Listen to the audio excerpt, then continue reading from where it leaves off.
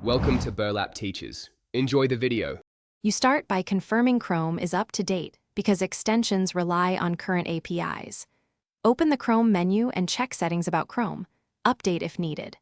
Once done, download the extension file or extract the unpacked folder and remember its location.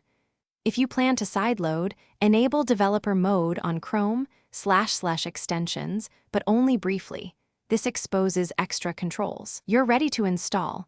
Proceed to the next step to load and grant permissions carefully. Now load the extension into Chrome.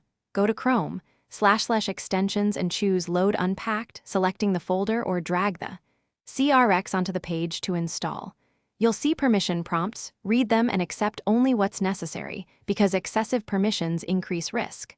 Once installed, open the extension's details or options to set defaults, sync preferences, or link accounts.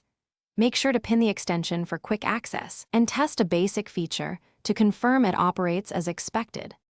Finish by exercising the extension's main features on a test page so you verify behavior and UI placement. If something fails, first disable other extensions to rule out conflicts, then update or remove the extension via Chrome//extensions.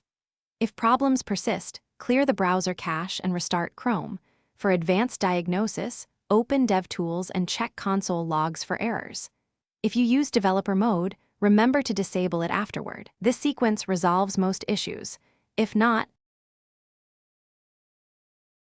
Thanks for watching. Consider subscribing if this video helped you.